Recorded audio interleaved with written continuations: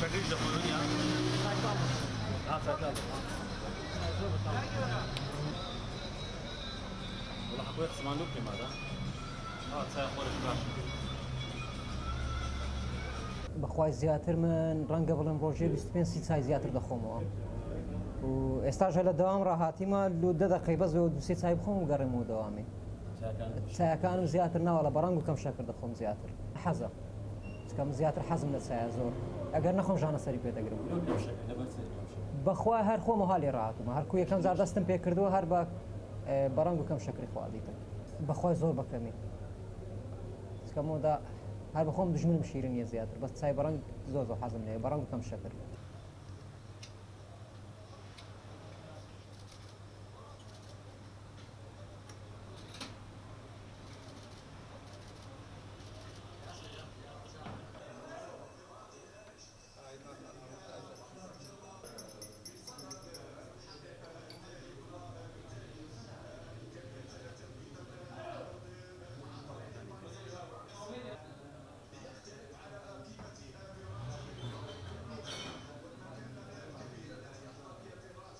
والله أمن تبي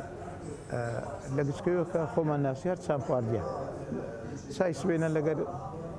ناخوارني دخلي باشا نيوراني كنان دخوي باش ناخوارني دخلي هي وارانش عيني نام بخليتن ساي دخوي بس هاوينان نبيتن هاوينان طبيعته غربي وران شفتي وانا دخوي سانا عقلي لأن روج كان لي خاصة بين فصلي دستاني سرماء زيادة دخلي نوعي كان أحزم لساي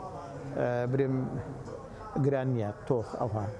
احتياجي بي يعني وجه أو ساي ولو يستوى عندك جرانا بس شكر كم شكري كم دخل نزور مرق شكرني ما والله تبي لكر عمر يعني هو 6 صار اللي بيعمل شكري كم دخل برتمنا كي هذا في يستو